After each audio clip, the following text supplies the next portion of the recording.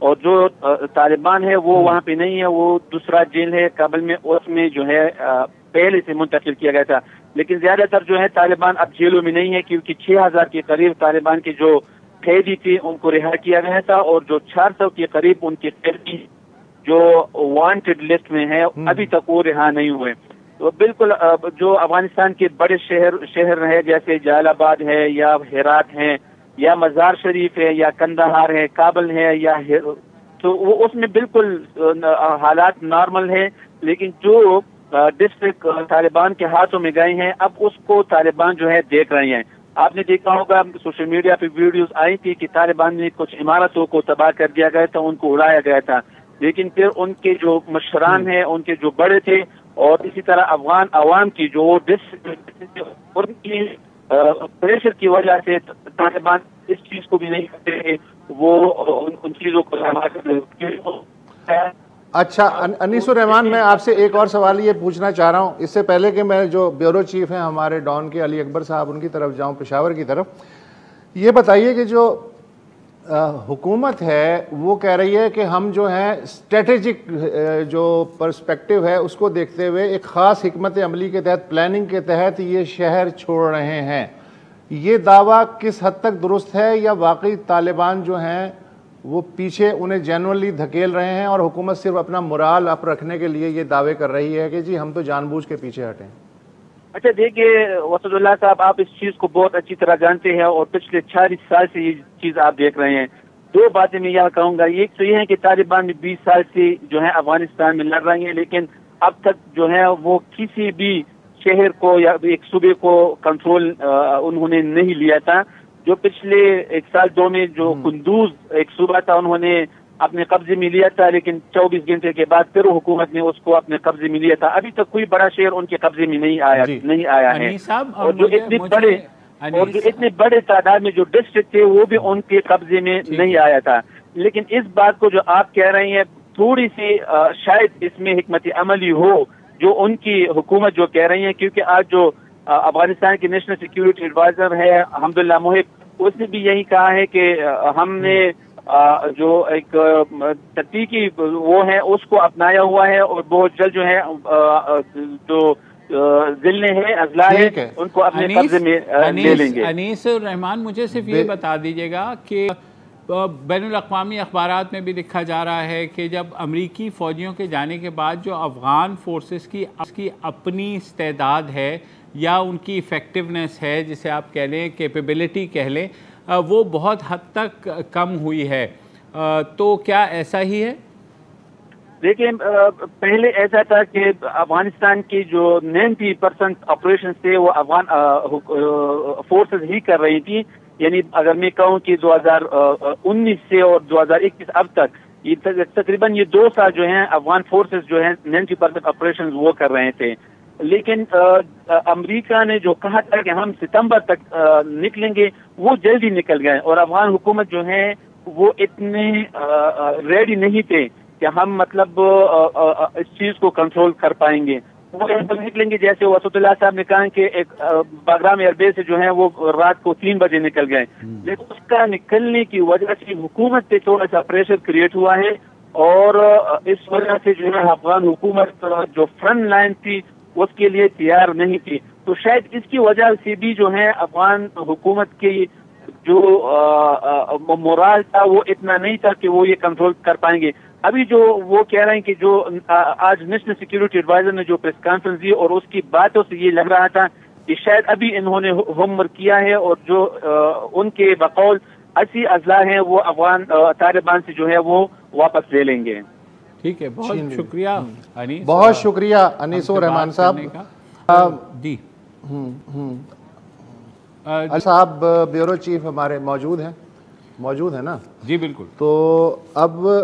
ان کے پاس جانے سے پہلے میں یہ بتاؤں کہ جو حکومتی حلقے ہیں ان کا اندازہ یہ ہے کہ اگلے چند مہینے میں 5 سے 7 لاکھ نئے افغان مہاجرین پاکستان میں داخل ہو سکتے ہیں اگر وہاں سول وار فل بلوم میں آتی ہے.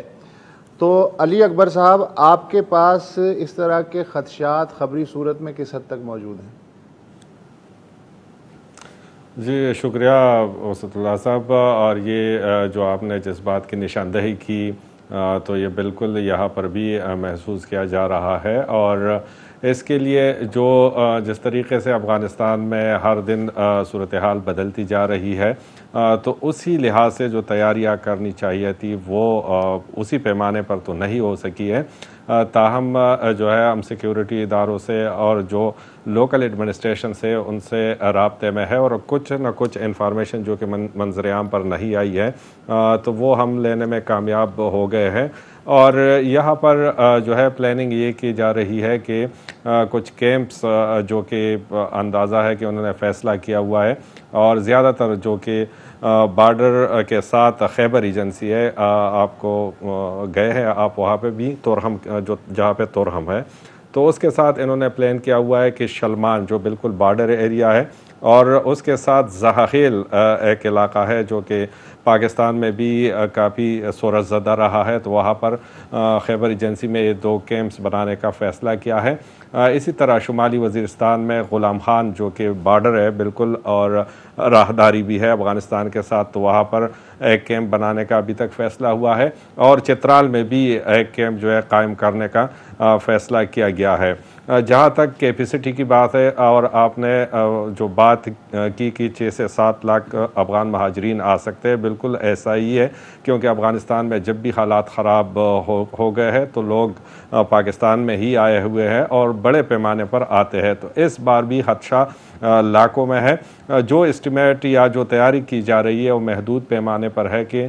تقریباً 40,000 خاندان جو ہے وہ فوری طور پر اگر آ جائے تو ان کو یہاں پر سیٹل کیا جائے گا۔ دوسرا یہ کہ اس بار اسٹریٹجی تھوڑی سی چینج ہو گئی ہے، اور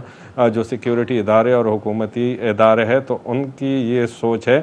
کہ اس بار جو مہاجرین آئیں گے تو ان کو وہاں پر بارڈر کے ساتھ ہی جو علاقے ہم نے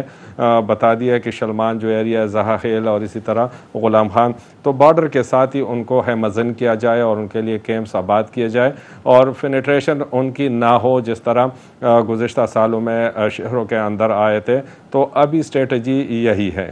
علی اکبر، ماضی میں بھی ہم نے دیکھا، جب پہلے بھی ہوا تھا تو انیشلی ایسا ہی ہوتا ہے اور رجسٹر کیا جاتا ہے ان کو ایز ریفیوجیز۔ پہلے میں یہ بھی جاننا چاہوں گا کہ اقوام متحدہ کی جو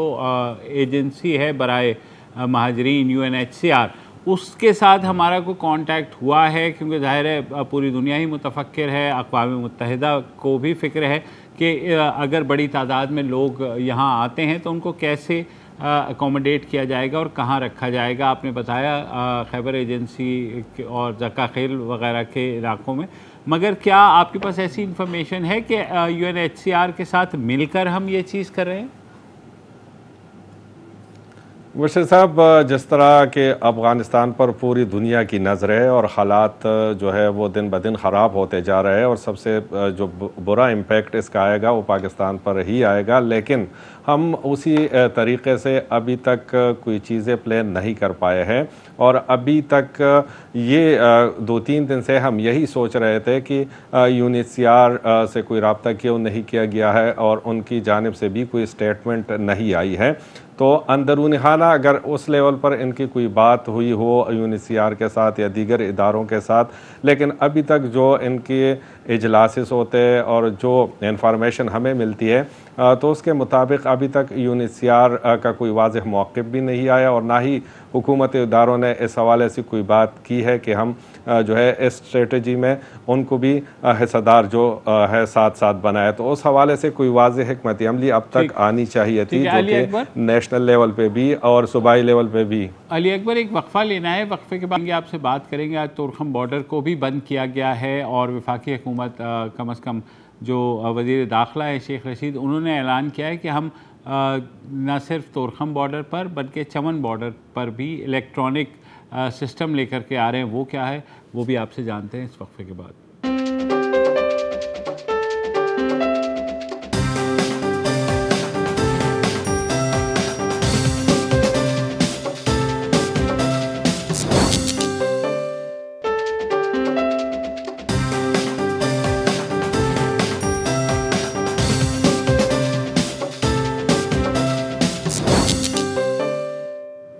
ویلکم بیک. ہم بات کریں افغانستان کی صورتحال پر اور اس خدشے پر کہ اگر وہاں خانہ جنگی بڑھتی ہے تو بہت بڑی تعداد میں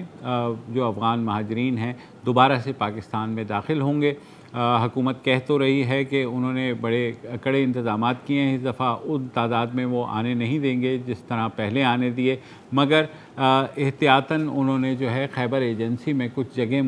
مختص کی ہیں بارڈر کے ساتھ ہی جہاں انہیں رکھا جائے گا. ہم اسی بارے میں ہمیں یہ بتا رہے ہیں ہمارے پشاور کے بیورو چیف علی اکبر. علی اکبر، آج تورخم بارڈر بھی بند کیا گیا ہے اور یہ بھی بات ہو رہی کہ وہاں کوئی الیکٹرانک سسٹم لگایا جا رہا ہے، تو وہ الیکٹرانک سسٹم آلریڈی لگا ہوا ہے جس میں، یا ابھی فردر کیا اس میں آپ کے پاس اطلاعات ہیں؟ وشی صاحب، بارڈر پہ تیاریاں 3-4 دن سے جاری تھی اور ہماری اطلاعات کے مطابق کل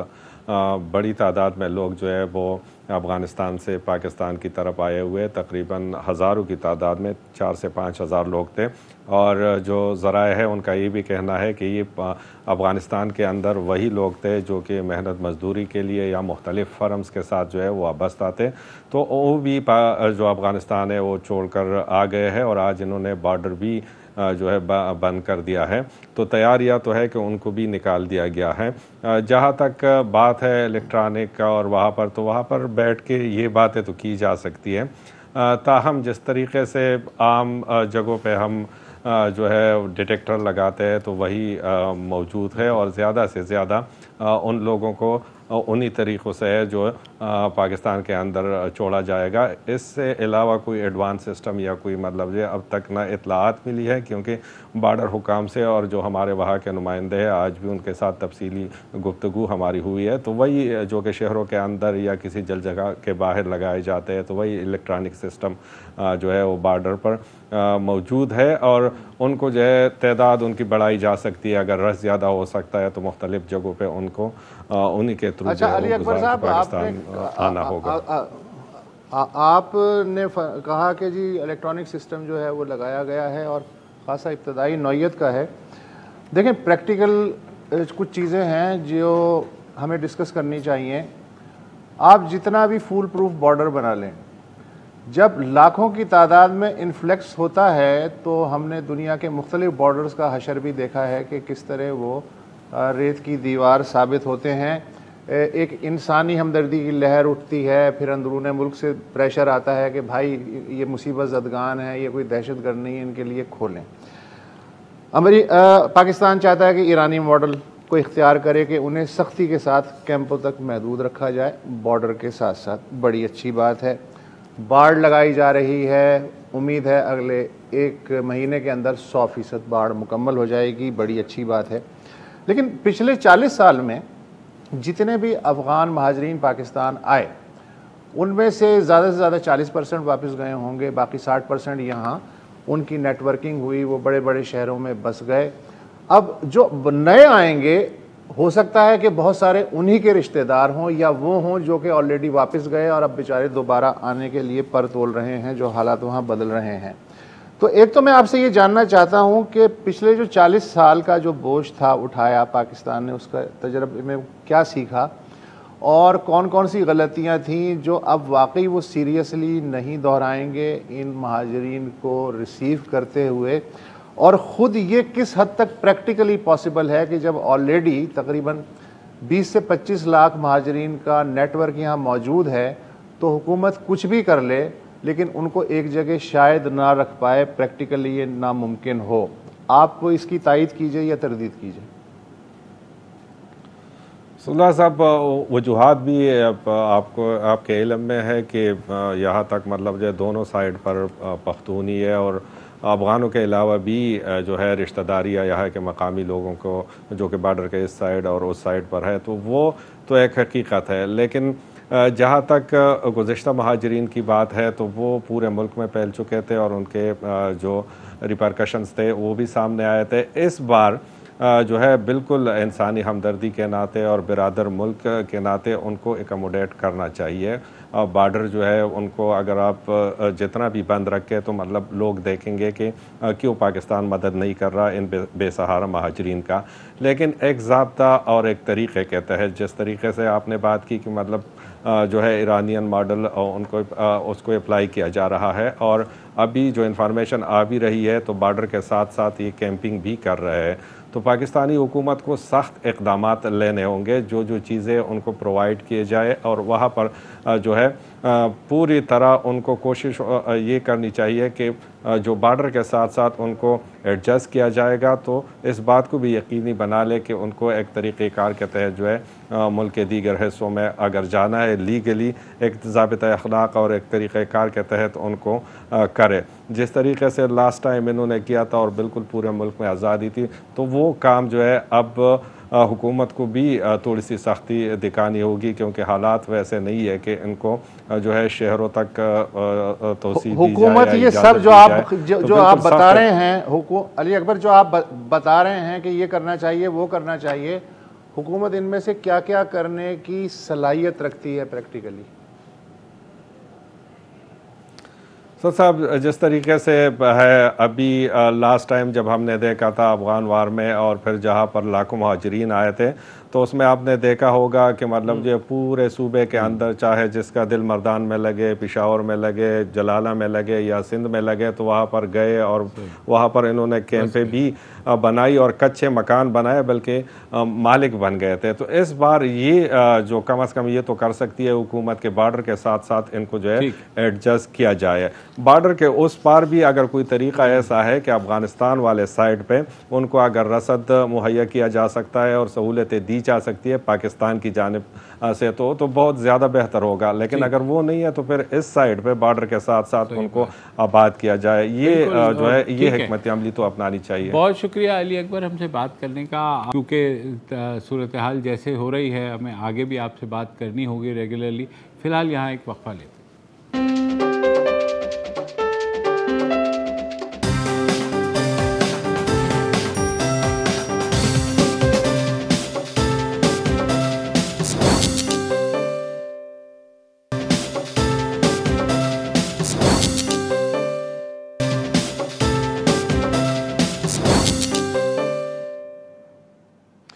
ویلکم بیک.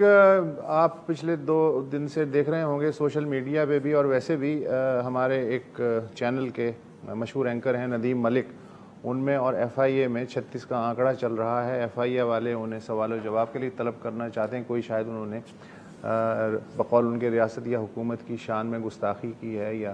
افراتفری پھیلانے کی کوشش کی اس سلسلے میں, اور ملک صاحب کہہ رہے ہیں کہ آپ جو ہیں آئیں اور مجھے لے جائیں. اس دوران رپورٹرز وداؤٹ بارڈرز, یہ ایک عالمی تنظیم ہے صحافیوں کی, ان کی بھی ایک رپورٹ شائع ہوئی ہے, اور اس لحاظ سے وہ بڑی مزیدار رپورٹ ہے کہ 37 ممالک کے سربراہان حکومت و مملکت کے نام اس رپورٹ میں دیے گئے ہیں, اور اس رپورٹ کا عنوان ہے پریڈیٹرز آف پریس فریڈم, یعنی آزادی صحافت کے شکاری. ان 37 ممالک میں سینسرشپ, قید و بند, تشدد, خوف و ہراس, قتل, جبری گمشدگی کے ذریعے صحافت کو مسلسل دبانے کی کوششوں کا تذکرہ ہے. اس فہرست میں نریندر مودی صاحب, واقف تو ہوں گے آپ نام سے, ان کا نام بھی ہے, محمد بن سلمان صاحب, سعودی ولی عہد, ترک صدر اردوان, ایران کے روحانی پیشوا علی خامنائی صاحب, چین کے صدر شی جن پنگ, روس کے صدر پوتن, شمالی کوریا کے صدر یا جو بھی کہہ لیں کم یونگ آنگ, ان کا نام شامل ہے. 2 خواتین حکمران بھی ہیں, بنگلہ دیش کی شیخ حسینہ واجد اور ہانگ کانگ کی چیف ایگزیکٹو کیری لام. Already Pakistan world press freedom index کے جو 180 ممالک کی فہرست ہے اس میں 145ویں نمبر پہ ہے. یہ جو رپورٹ تازہ آئی ہے رپورٹرز وداؤٹ بارڈرز کی, اس میں اگر ہم صرف پاکستان پہ کنسنٹریٹ کریں کیونکہ ہم یہاں رہتے ہیں, تو اس کے مطابق عمران خان ہر وقت مرکز نگاہ رہنا پسند کرتے ہیں. انہوں نے برسر اقتدار آتے ہی آزادی صحافت پہ قدغنیں لگانا شروع کر دی. یہ رپورٹ کہہ رہی ہے, میں نہیں کہہ رہا ہوں. انہوں نے یہ جو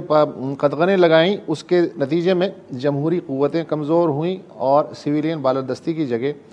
ڈیپ سٹیٹ کو تقویت ملی۔ حکومتی حامی سوشل میڈیا کو پروان چڑھایا جا رہا ہے اور آزادی صحافت کے حامی صحافیوں کو جبر، سینسرشپ، تشدد اور مقدمات کا نشانہ بنایا جا رہا ہے۔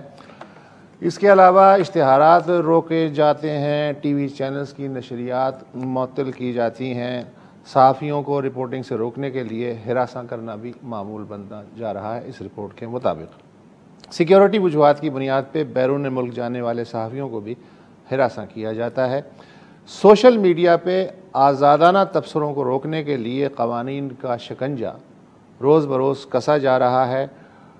ٹرولنگ بریگیڈ ہیں، ٹرولنگ کی جاتی ہے زبردست طریقے سے، اور جو لائن فالو نہیں کرتا یا دائرے سے باہر نکلنے کی کوشش کرتا ہے اس پہ 3-4 ٹیگ ہیں، کوئی بھی چپکا دیا جاتا ہے، پاکستان مخالف ہے، غدار ہے، فوج کا مخالف ہے، عمران حکومت کا مخالف ہے، وغیرہ وغیرہ، یہ رپورٹ کہہ رہی ہے۔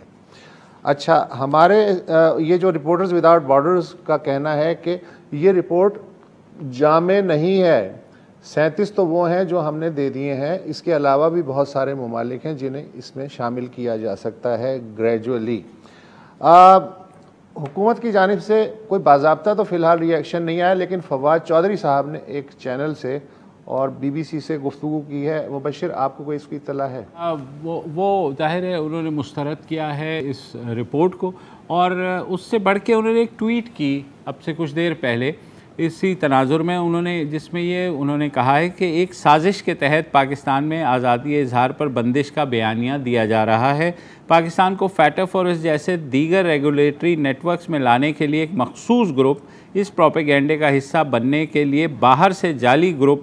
خبر شروع کرتے ہیں، اور پاکستان میں ایک مخصوص ٹولہ جانتے نہ جانتے اس بیانیے کو آگے بڑھاتا ہے۔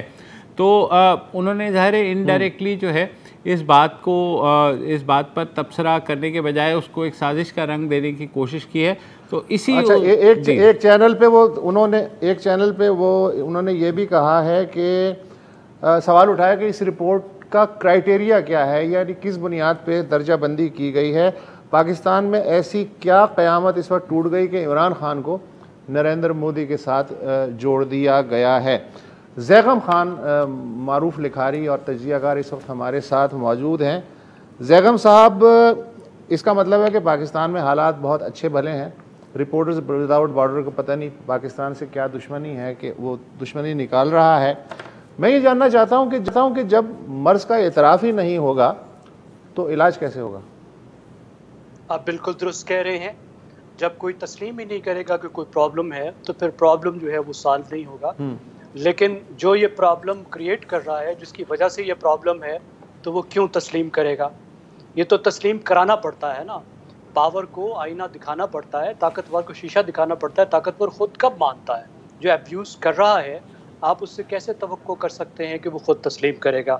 اب کیسی دلچسپ بات ہے ہمیں مبشر صاحب نے بتائی کہ انہوں نے فرمایا کہ سازش ہو رہی ہے، اور سازش کی جو انہوں نے مثالیں دی وہ اشارہ بھارت کی طرف لگتا ہے، کیونکہ جو پچھلا کیس سامنے آیا تھا وہ یہی تھا کہ بھارتی میڈیا جو ہے وہ کرنے کی کوشش کر رہا تھا۔ تو میں نے بھی جلدی دیکھا کہ کہیں بھارت کی سازش تو نہیں ہے، تو پتہ یہ چلا کہ مودی صاحب تو جب سے وزیر اعظم بنے ہیں وہ اس لسٹ پر موجود ہیں، یعنی وہ وزیر اعظم عمران خان سے بہت عرصہ پہلے سے 16 سے ہی موجود ہیں، تو ان کے پاس یہ اعزاز زیادہ لمبا ہے، تو بھارت سینئر ہے، بھارت کی سازش تو ہو نہیں سکتی۔ اب خبر نہیں اور کون سازش کر رہا ہے۔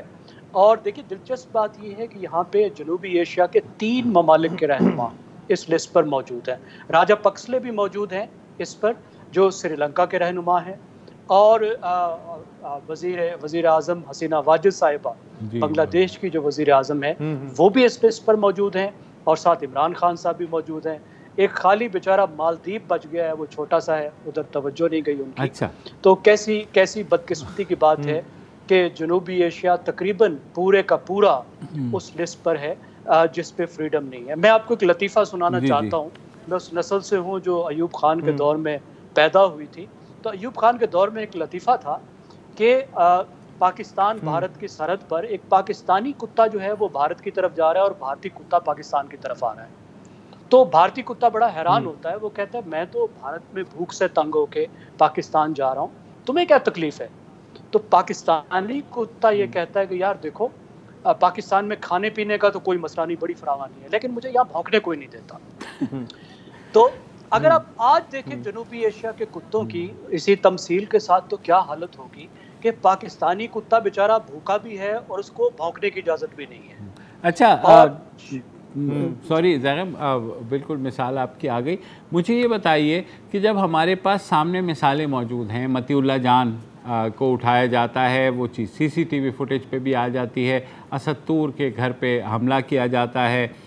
وہ فوٹیج بھی سامنے آ جاتی ہے، ابصار عالم کو گولی مار دی جاتی ہے، وہ چیزیں بھی اس کے باوجود حکومت کی یہ اوڈیسٹی ہے کہ وہ کہے کہ نہیں جناب ایسی نہ کوئی بندش ہے، نہ کچھ ہو رہا ہے، یہ تو باہر سے بیٹھ کر کے کوئی گروپ جو ہے یہ چلا رہا ہے اور یہ انٹرنیشنل سازش ہے۔ بالکل، میں بھی وزیر اطلاعات ہوتا تو یہی کہتا یار۔ جی لیکن مبشر آپ بالکل ٹھیک کہہ رہے ہیں، کوئی مورل اتھارٹی نہیں بنتی، کیونکہ ان تمام کیسز کو حکومت نے تسلیم کیا کہ یہ کیسز ہیں، یہ کیسز رجسٹر ہوئے، حکومت نے وعدہ کیا، ان تمام کیسز میں حکومت نے وعدہ کیا کہ تفتیش ہوگی اور جس نے یہ کیا ہے اس کو سزا بھی ملے گی، اور اس میں کافی ساری بہت سے کیسز میں تو ایویڈنس بھی موجود تھی، سی سی ٹی وی کیمراز بھی موجود تھے، اور حکومت اگر کوشش کرتی تو اتنی کمزور حکومت تو نہیں ہے کہ ان کیسز کے پیچھے نہ پہنچ پاتی، لیکن بالکل حکومت نے کوئی ایسی ایفرٹ نہیں کی، اور ان میں سے کوئی کیس مجھے تو یاد نہیں ہے، اگر آپ کو یاد ہے تو میری علم میں اضافہ کیجیے، جس کی تہ تک حکومت پہنچی ہو، پہنچنے کی کوئی سنجیدہ کوشش کی گئی ہو۔ اور اس کے ساتھ دیکھیے سوری زیغم، ایک وقفہ پہ، اور وقفے کے بعد ہم اپنی گفتگو جاری رکھتے ہیں۔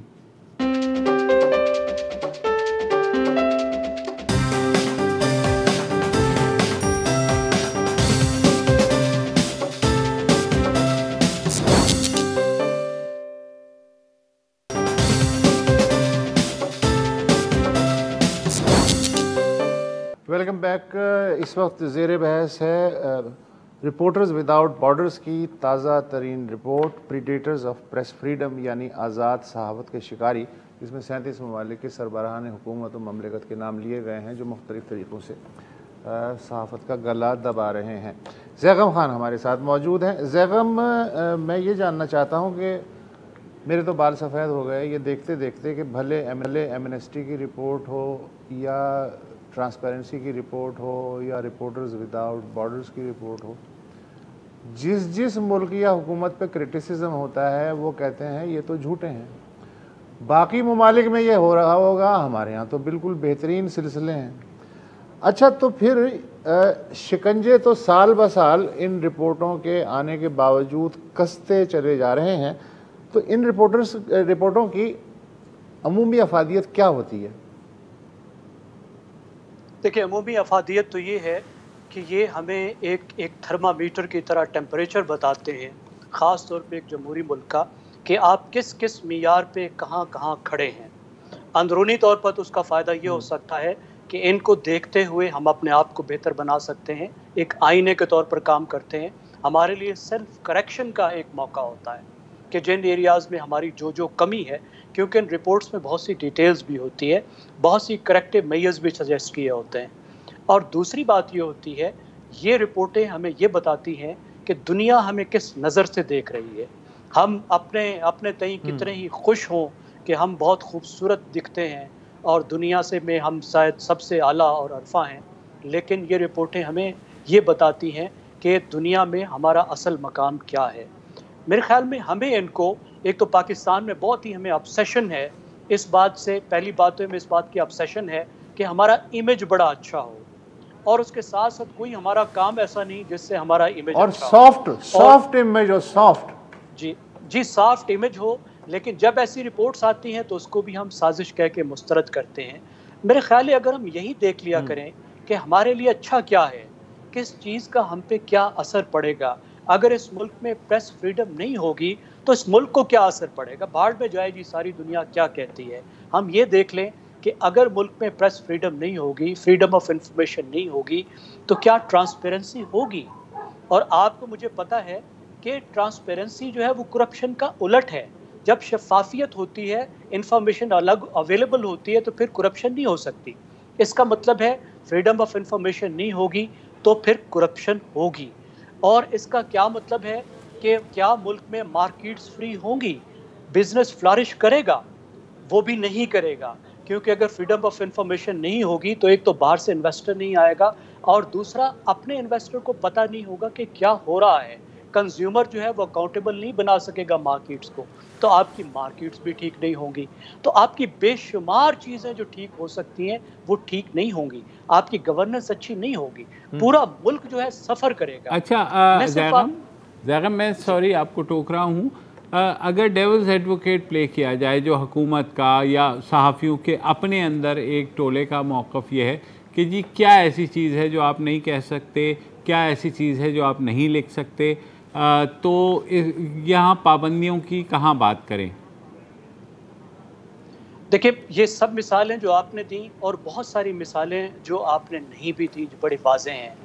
تو میرا سوال یہ ہے کہ آخر ان سب صحافیوں نے کیا کیا تھا کہ ان کو یہ دن دیکھنا پڑا؟ جس طرح میڈیا کو انفلوئنس کیا جاتا ہے، انفلوئنس کرنے کی کوشش کی جاتی ہے، کچھ صحافیوں کو ایکسس دی جاتی ہے، کچھ صحافیوں کو ایکسس نہیں دی جاتی، جس طرح سے شکنجہ کسا جاتا ہے، یہ تو ہمیں پوچھنا چاہیے کہ آخر ان بیچاروں کا قصور کیا ہے؟ اپنا کام ہی کر رہے ہیں نا۔ اگر کہیں یہ قانون توڑ رہے ہیں تو قانون موجود ہے، آپ اس قانون کے تحت کوئی کارروائی کر سکتے ہیں، لیکن جب وہ قانون بھی نہیں توڑ رہے، اپنا کام کر رہے ہیں، تو آخر حکومت کو ان سے مسئلہ کیا ہے سوائے اس کے کہ پولیٹیکلی ان کو کچھ مسائل پیدا ہو رہے ہیں؟ ندیم ملک صاحب سے کیا مسئلہ ہے وہ بتا دیں کہ ان کے ساتھ انہوں نے کون سا قانون توڑا ہے، ان کے ساتھ کیا مسئلہ؟ وہ صحافی جن کی نوکریاں گئیں اور جن حالات میں گئیں وہ آپ کو ہمیں معلوم ہے، ان صحافیوں نے ایسا آخر کیا کیا تھا کہ ان کو باہر نکالا گیا؟ عام طور پر تو یہ ہوا بھی ان صحافیوں سے ہے جن کی بہت اچھی ساکھ تھی، جو باقاعدہ صحافی تھے۔ لیکن زیغم، ایک یہ چیز بھی تو آتی ہے کہ اگر ہم صحافت کی بات کریں تو ایک کریٹیسزم جو آتا ہے جس میں سمجھتا ہوں کہ کچھ حد تک صداقت بھی ہے کہ بیشتر صحافی، اور میں ظاہر ہے اس میں بیشتر کا مطلب یہ ہے کہ چلیں آپ 50-60% کر لیں، لیکن وہ اب پارٹیوں کے نمائندے بن گئے ہیں، وہ پارٹیوں کا مقدمہ لڑ رہے ہیں، جو کہ صحافت جو ہے کبھی اس طرح ہوا نہیں کرتی تھی۔ آپ نے بھی کی ہے، میں نے بھی کی ہے، وسعت صاحب نے بھی کی ہے، تو کیا یہ تاثر درست ہے؟ بالکل کسی حد تک درست ہو سکتا ہے، صحافت کے معیار پر ہم گفتگو کر سکتے ہیں۔ آپ جس طرف اشارہ کر رہے ہیں کہ جس طرح خبر اور تبصرہ مکس ہو گیا ہے کہ تبصرے کے نام پر آپ خبر دیتے ہیں، خبر کے نام پہ آپ تبصرہ دیتے ہیں، اور پارٹیزن بھی بہت صحافی زیادہ ہو گئے ہیں، لیکن کیا صحافی کو خالی پارٹیزن ہونے کی سزا دی جا رہی ہے؟ کیا ان صحافیوں کو سزا دی گئی جو پارٹیزن ہیں؟ عام طور پر وہ ہے جو انڈیپینڈنٹ تھے، اور وہ صحافی جو حکومتی پارٹی کی طرف پارٹیزن ہیں، ان کو پھر کیوں نہیں سزا دی جاتی؟ یا تو پھر آپ سب کو ایک ہی معیار میں تولیں کہ جو بھی پارٹیزن ہوگا، لیکن کیا یہ حکومت کا کام ہے کہ اگر کوئی صحافت کہیں پارٹیزن ہے تو پھر حکومت اس کو اکاؤنٹیبل بنائے گی؟ یہ تو معیار کی، صحافتی معیار کا مسئلہ ہے جس کو صحافتی اداروں نے، صحافتی تنظیموں نے اور صحافیوں نے خود سے حل کرنا ہے۔ حکومتی سطح پہ تو یہ حل ہو ہی نہیں سکتا۔ وسعت صاحب، آپ کچھ کہنا چاہیں گے؟ اچھا، یہ میں جاننا چاہ رہا ہوں کہ کرسی پہ بیٹھ کے مجھے بھی آپ کرسی پہ بٹھا دیں تو میری یادداشت بھی بہت بری طریقے سے متاثر ہوگی، اور میں یہ سوچوں گا کہ میں 3 سال یا 5 سال کے لیے نہیں آیا، میں تو بس اب آ گیا ہوں۔ تو کیا at the back of mind اس طرح کی سچویشن ہوتی ہے، اس طرح کی سوچ ہوتی ہے جو مجھ میں قوت برداشت کم کرتی چلی جاتی ہے، اور مجھے ہر کیل جو ہے وہ خطرناک نظر آتی ہے، اور ہر کیل کا علاج میں ہتھوڑے سے کرنا چاہتا ہوں؟ یہ کوئی کرسی کا مسئلہ ہے، اس لیے کہ کل کلاں وہ یہ کیوں نہیں سوچتا حکمران کہ وہ بھی اپوزیشن میں آئے گا، اسے بھی صحافت کی ضرورت پڑے گی؟ آپ بالکل ٹھیک کہہ رہے ہیں۔ میرا خیال ہے ایک تو یہ سائیکی ہوتی ہے،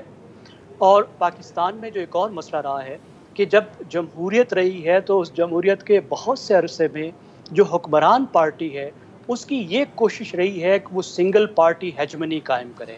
یعنی وہ اپوزیشن کو بالکل ملیا میٹ کرے اور وہ دائمی طور پر ایک پارٹی کا نظام قائم کرے۔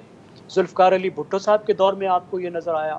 90s میں نواز شریف صاحب کے دور میں نظر آیا، اور اب پھر آپ کو عمران خان صاحب کے دور میں بھی یہ نظر آ رہا ہے کہ اپوزیشن سے وہ سلوک کیا جا رہا ہے کہ اس کی سپیس ختم کی جا رہی ہے. اور ظاہر ہے میڈیا کا تو کام گورنمنٹ کو اکاؤنٹیبل بنانا ہے، اپوزیشن کو اکاؤنٹیبل تو نہیں بناتے وہ. اور اس لیے جب اپوزیشن کو ختم کیا جا رہا ہوتا ہے تو اسی دور میں ساتھ ساتھ میڈیا کا بھی رگڑا لگایا جا رہا ہوتا ہے. ان تینوں ادوار کا جن کا میں نے حوالہ دیا، جمہوری ادوار تھے یہ تینوں، آپ نے دیکھا کہ میڈیا پر کس طرح کا پریشر آیا، ان پر غداری کے بھی الزامات لگے، وہ جیلوں میں بھی گئے. یعنی کنکلوژن یہ ہے کہ سبق یہی ملا کہ سب سیکھتے، کوئی کسی سے نہیں سیکھتا، اور جب وہ اقتدار میں نہیں ہوتا تو اسے ساری باتیں یاد آتی ہیں جس کا کوئی فائدہ نہیں ہے. وہ موقع جو لڑائی کے بعد یاد آئے اسے اپنے ہی منہ پہ مار لینا چاہیے. جگم خان تھینک یو سو مچ. وقت بھی ختم ہو رہا ہے پروگرام کا، کل تک اجازت دیجیے. خدا حافظ.